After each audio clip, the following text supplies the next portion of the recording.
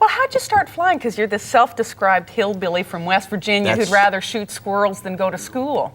You know, I had no interest in airplanes because we weren't associated with airplanes living up in the hollows. And when I got in the Air Force and took my first ride, I heaved my cookies and got sick. But then as I became a pilot and learned that I really had, well, good coordination, good eyesight, and a good baseline for flying, then I began to enjoy it and obviously became quite good at it because I had a lot of experience. So. Tell me about breaking the sound barrier. I mean, you talk about the experiences as if it were a letdown, a disappointment. There you were. This is the classic scene. You're cracked ribs. You're in agony. You know why? Why? We don't have an hour to explain it. So.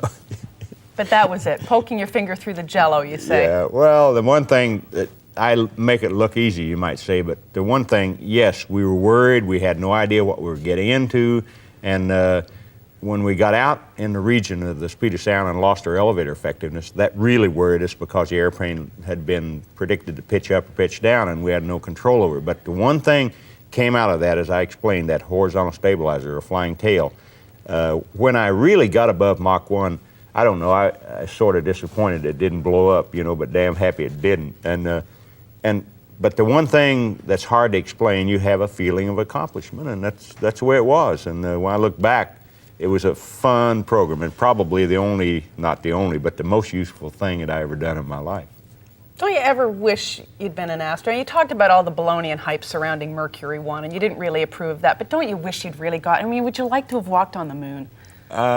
Probably any person would, but I would like very much to fly the shuttle. That would be a real, you know, wonderful thing to do, but I also am practical enough to know it would be a waste of money to train me to do it. Yeah, but when you hear about things failing, and you must think, oh boy, I remember the time when my electrical system failed and I dumped the fuel and brought it down.